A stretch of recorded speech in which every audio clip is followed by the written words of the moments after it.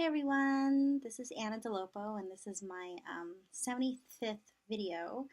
And I'm going to be talking about something a little different tonight. It's still in regards to Chinese medicine. Someone very special to me passed away, and um, I believe it was her spirit that came to visit me, and it was around, I want to say like 3 in the morning. Or maybe it was earlier. Maybe it was earlier. But um, she was telling me that I need to explain why I became a healer, and that's not something that I normally think about telling people. I get that question here and there. In the beginning, this is my 20th year, so in the beginning, especially those first 5 years, from '99 to 2006, I would get a lot of what made you become an acupuncturist. Um, and I remember being an intern in the '90s, and people would, ask me these questions. And I used to have the time and the energy to explain why I became an acupuncturist. And these days, I tell people the short version, which is like a whole 3 to 5 minutes, if that. Sometimes it's just like 1 or 2 minutes. And I might see something very general or generic and just say, well, God told me to, or it was a calling, or something like that. Um, Depending on um, what I feel like saying that day. The reason why I want to share this is because I think partly is because this is going on my second decade, and somehow I've figured out part of the business aspect, and I still love doing it.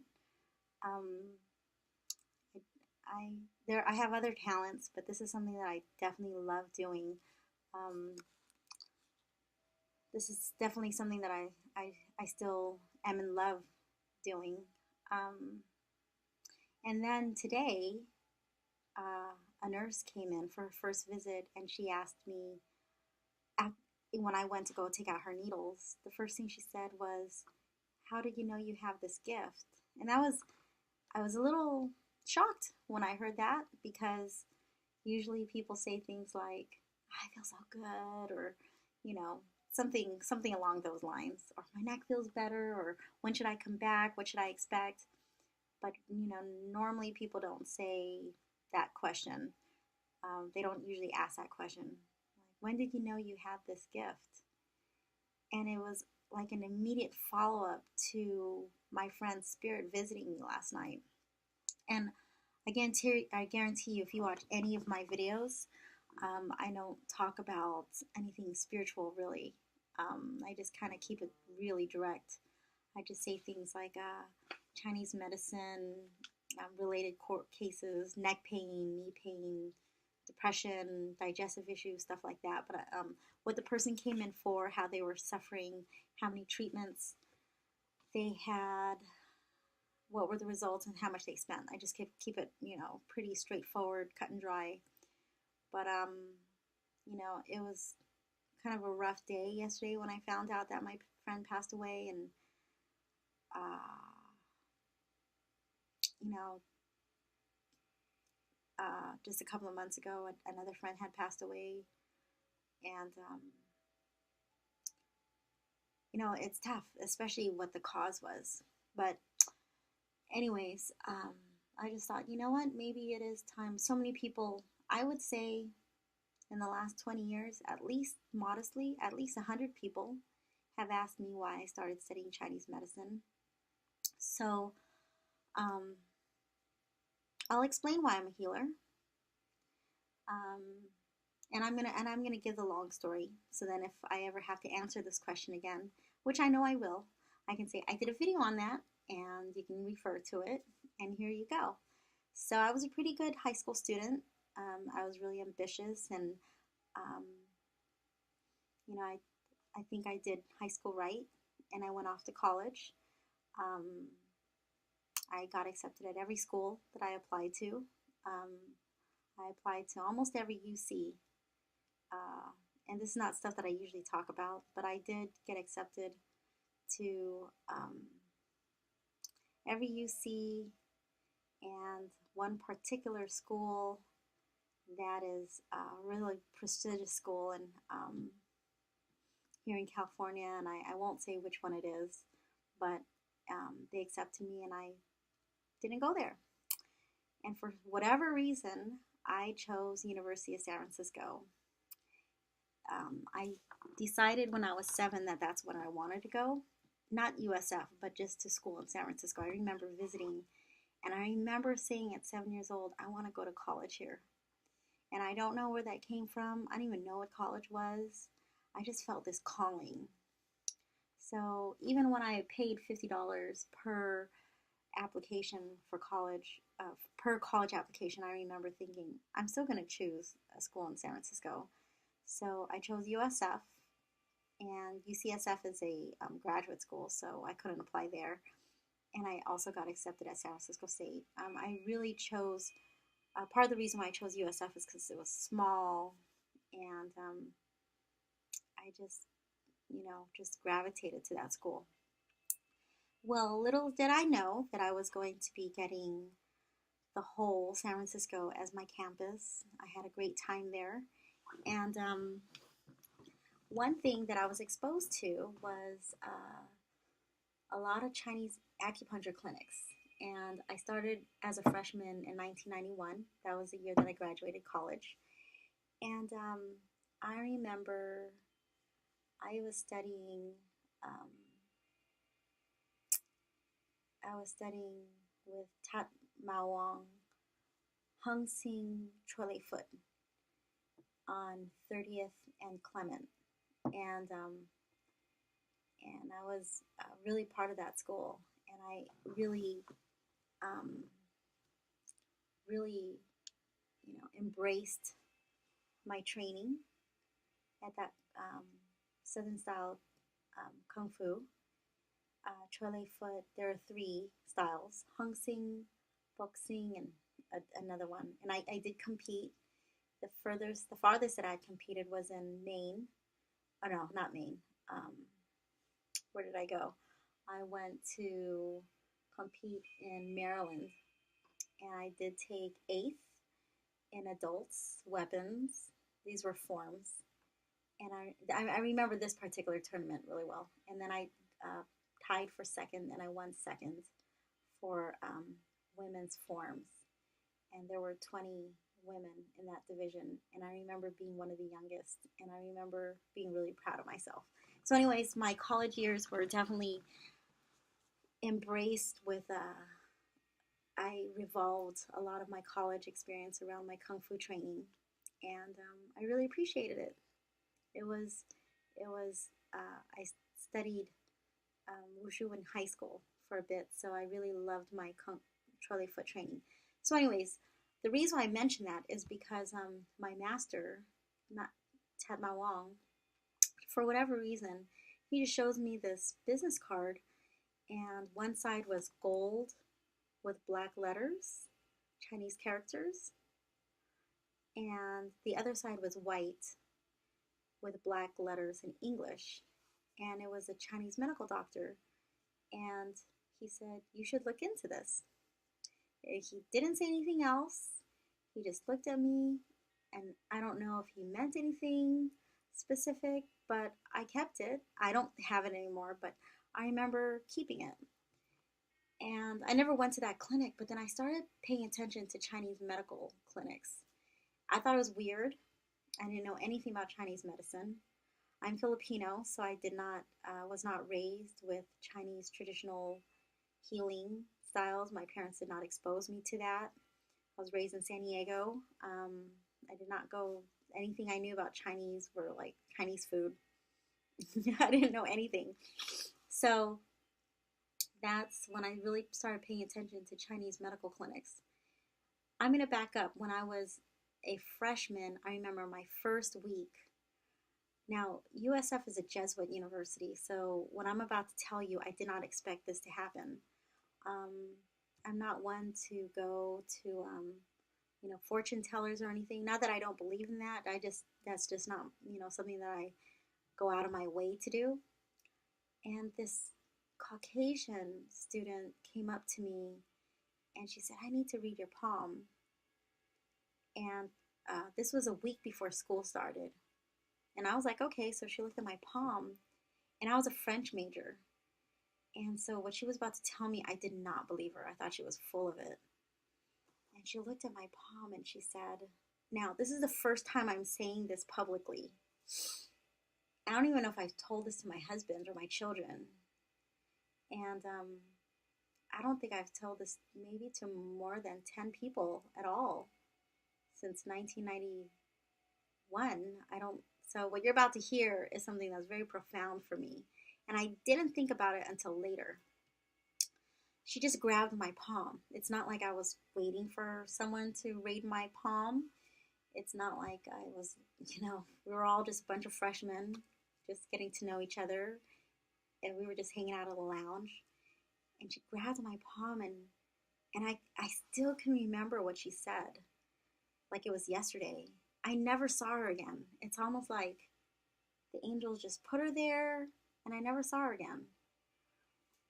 And she made this profound statement to me that I just thought was full of BS at the time. She had this look, and it was almost like her face turned white. And she was so full of honor. Like she went from um, just feeling normal, looking normal, to honestly like acting like she was in the presence of royalty. It was strange. It was strange. I still remember looking at her like, why would you act like that? And I was 17, and she looked at my hand and she goes, oh my gosh, you are going to be an amazing doctor. And I looked at her and I said, I am a French major. I was like, you are so full of it. And she goes, no, you don't understand. She looked at my palm and she said, you don't understand. You are going to be an amazing doctor. You are going to change this world. And she just kept saying that. And so I forgot about it after that, because I was just like, I came up here to study French. So fast forward, when I was at USF and I was, studying, I wasn't too good in undergrad. All I wanted to do was be like everyone else. I just wanted to conform.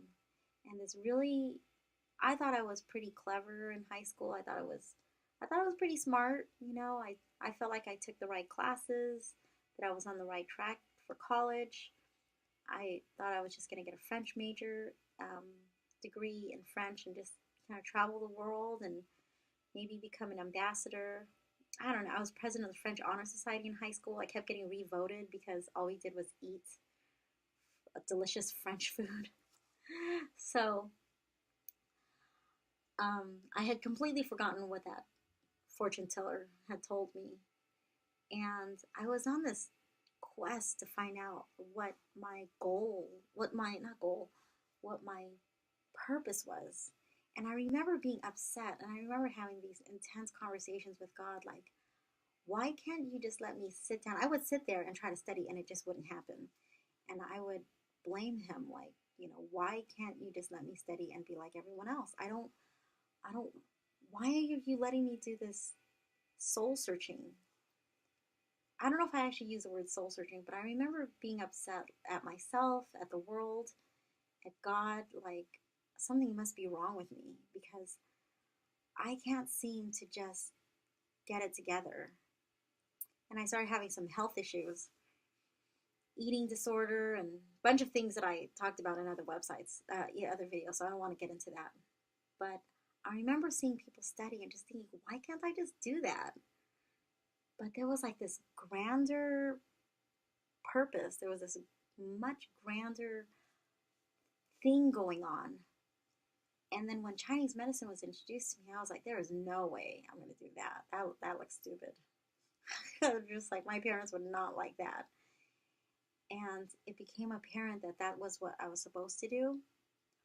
And this is already a 14-minute video. There are some details I'm just going to have to leave out because some details are just, I don't want to make this an hour thing, but there were quite a few signs. When I say signs, like if we sat down and had coffee, you would say, that's a sign. I had one sign after another after another. This is a course over like 2 to 3 years where I was doing a lot of soul searching. And I remember taking this Asian religious traditions class because we had to take some kind of religious or philosophy courses at USF. And this course changed it changed my life. And it was taught by a Catholic priest who always wore his collar, but he taught every class, like if it was Zen Buddhism, he would teach Zen Buddhism as if he were a Zen Buddhist priest. He would teach Hinduism as if he were a practitioner of Hinduism. And, respectfully, any other religious tradition he had presented to us. And this was when we didn't have PowerPoint. This was the early 90s. There was a trajectory, and, he would have little trinkets or whatever from all his travels to different parts of Asia. And I remember being captivated.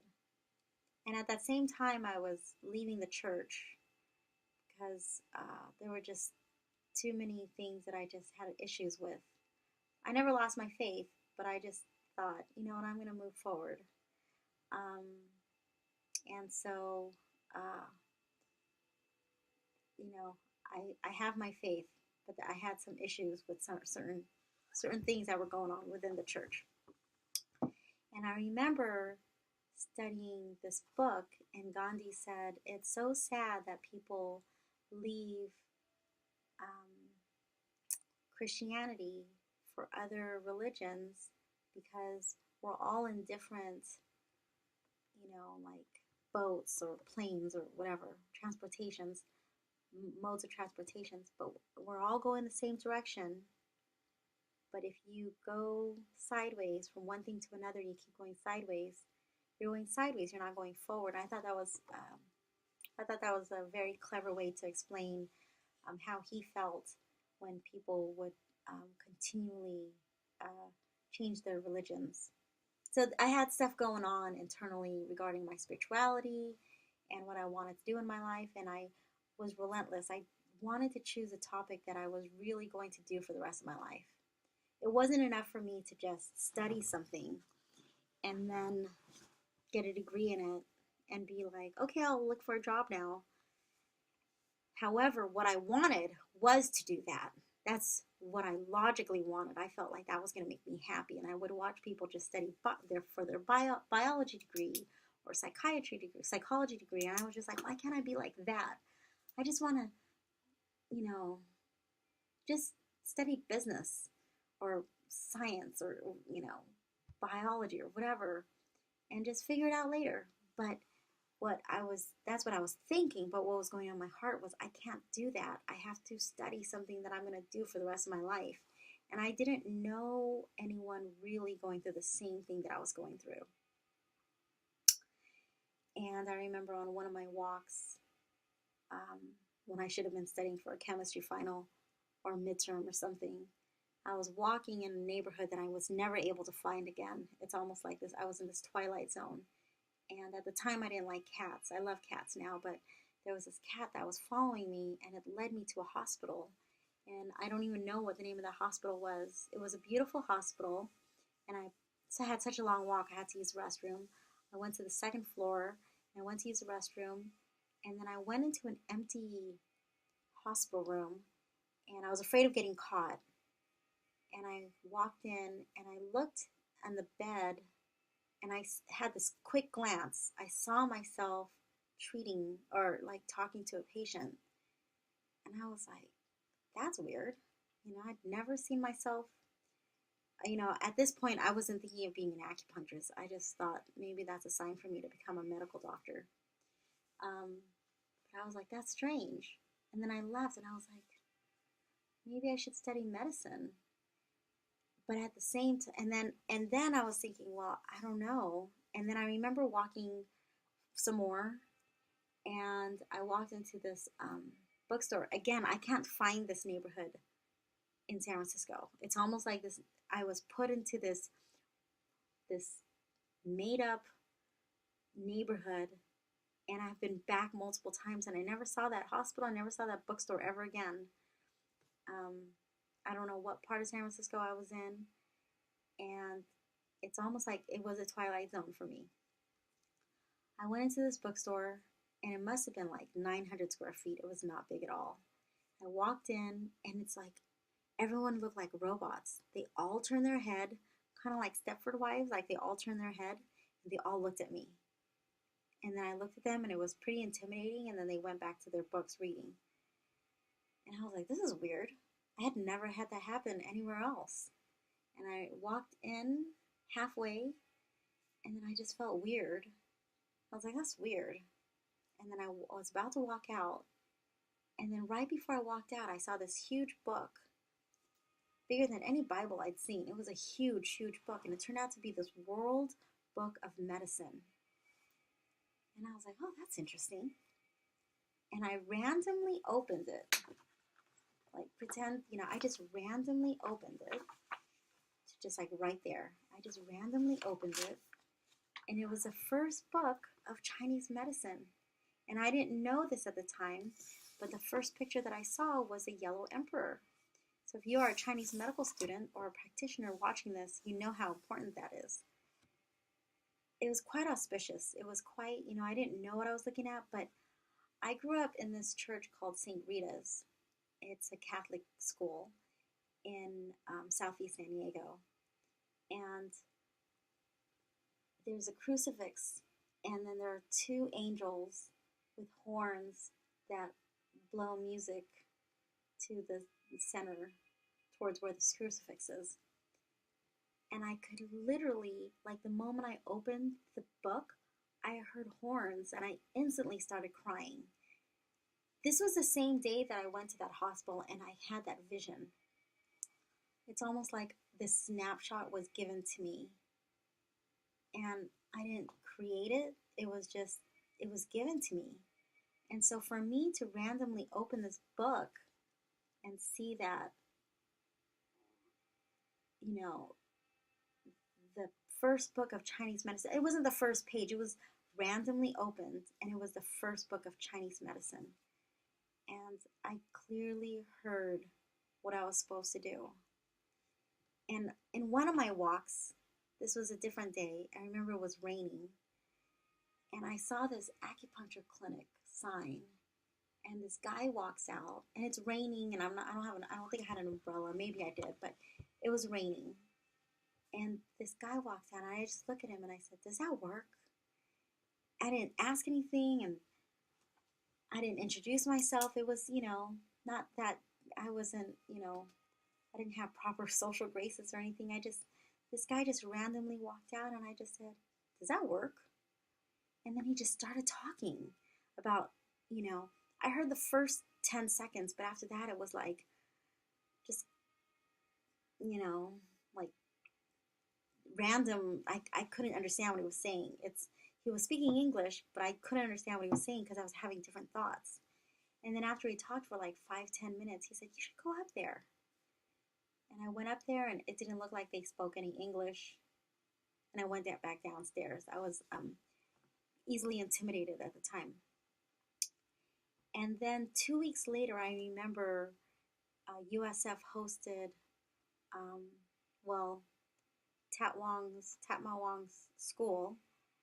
We hosted an international Kung Fu tournament, and we used the gym at USF.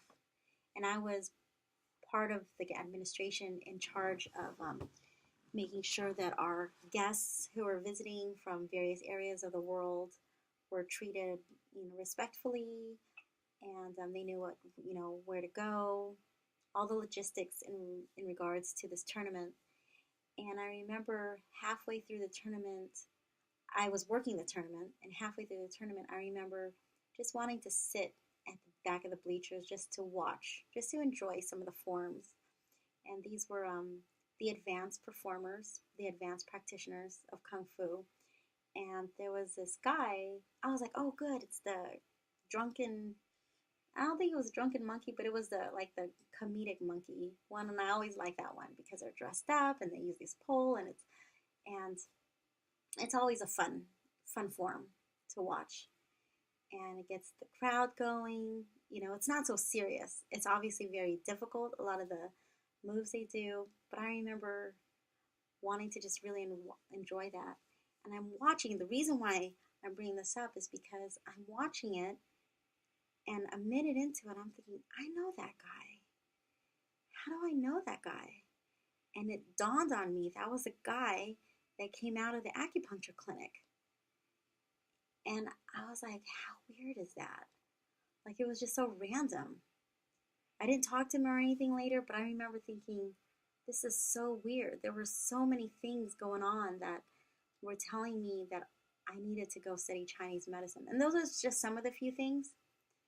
I remember when I finally went into Chinese medicine, when I started studying, I got 3 times this, and I never got it since I became licensed. But I got this fortune cookie 3 times in those. I did 6 years and 4 years. I remember getting this fortune that said, you will, something about doing really great in medicine. And I was like, that is so weird. In the field of medicine. I was like, that is so weird. And then when I became licensed, and I've been practicing for a while, and those first 7 years were rough. I really had to figure things out on how to make the money part happen. But I remember what that girl said about the palm, and um, I mean, those are just some of the things that led me. I remember writing this really, meaningful essay on why I wanted to become an acupuncturist, and that's what got me into Chinese medical school. Um, I did well. I did really well in Chinese medical school. Um, Now, moving forward, I'm going to skip the last 20 years of the last 20 years of practice, or the last 19 years. And right now, I'm feeling like I still love what I do. I want to keep doing it. There are other things that I'm really passionate about, like my Happy Club and some other things. But it's sometimes I think yesterday I was going through a little bit of a heartbroken moment because I started thinking about all my patients that some cases are much easier than others, and then there are some really intense, difficult cases. And right when I feel like someone's healed, there's another person. Like it's never ending. And it's not tiring, but, and this is why I do my personal development training, because it takes work to be happy. You know, it, I think, um, I make it look effortless. I really am happy, and I love doing things that make me happy. And a lot of that has to do with my training. But sometimes if I were to just, and it's rare, but if I were to just look at what I do, and I'm sure other practitioners, whether you're in Western medicine or Ayurvedic or naturopathic or chiropractic or any physical therapy or any type of medicine that you practice, um, sometimes like I was so heartbroken yesterday about my friend passing away that I just thought about all my difficult cases and how much work it requires, not just from me, but my patients and their patients level. And I'm grateful to be a healer. And I'm grateful that I have that kind of, influence on people. And I do my best to do my part to be healthy and live a very good life. Yesterday I did have a moment of vulnerability, and I think that's important. Where um, one of my mentors says, if you ever see anyone who acts as if they're as if nothing's wrong and they're perfect, to run away, run far away, because that's not authentic. And yesterday I just felt really like sad, obviously, because my friend passed away, and then just a couple of months after one of my husband's best friends passed away, both from breast cancer. one who did completely Western medicine, and one who did completely natural medicine. And I have these two women that I've just helped recently, and you wouldn't even know. You wouldn't even know that they had breast cancer. Their energy was really good. One of them did lose her hair, but the doctors for both of them were just amazed at how well they did. I'd love to say that the acupuncture helped a lot. I think they would say that. Um, who knows? I'm just happy that they're alive. I'm happy that they made it through their chemo and radiation. One of them was just radiation. Um, I just had one of those moments yesterday where I just wanted to say F cancer. That's not typically something that I would say, but it's heartbreaking.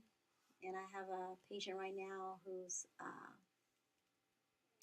have to have surgery next week for a brain tumor, and it's tough because I don't have all the answers, and um, I don't know if there's a Western medical doctor out there who has all the answers. I love to listen to doctors. I love to hear their perspective. I love to listen to what they go through. I have doctors that I treat here, and I pick their brain. I love to hear what they've gone through. Gynecologists, obstetricians, um, neurologists, ER doctors, um, primary care doctors, pediatricians.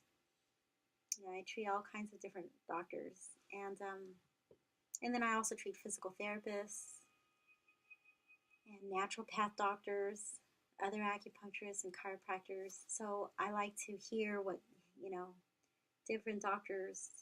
I like to hear what their philosophies are. I like to see what common ground we have. Anyways, this is it can be tough when we're dealing with things, the people in our lives that we love and who love us, who are suffering. And I think also there's that fear that, what can I do to keep myself healthy so I can be there for my family? And it's interesting because the nurse that I treated today, she said, and she's a concierge nurse. She's a client. She works her patients and she treats the whole family. Is for an extremely wealthy person, and she said she really thinks that it comes down to the bitterness factor, and I'd have to agree with her. My patients constantly hear from me: the body follows the mind follows the spirit. And when people heal fast here, I'll tell them, okay, you either have really good genes or you have a great attitude. Which is it? And they'll laugh and they'll say, I think it's both. And I think that is a huge factor in the healing process. And that's why I created my happy club. And whether people are part of it is one thing. It's just the purpose of that is for us to live as more happy or happier despite any circumstance. Anyways, I just told you a good portion of why I became a healer, why I continue to do it. It doesn't seem like it's going to end anytime soon. I think even when I retire, I'm still going to want to heal people. I think I'm just going to want to keep doing this. Just like I really don't see myself ever quitting jiu-jitsu, I just don't see myself ever I haven't picked up my violin in a few months, but I'll never stop playing. I'll never stop being a mom, There are just some things that I just think I'm meant to do, and I'm meant to do this. And when we're hit with the truth, the raw truth of our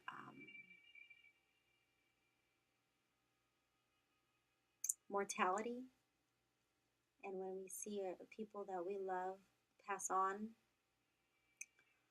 I think it's important to realize that we can't waste any moments. So that's why I am a healer. I love what I do, and I want to see people heal. And I've done many things to heal myself, and I like to impart what I do with other people. All right, I hope that answers many of your questions, and I hope you have a great night.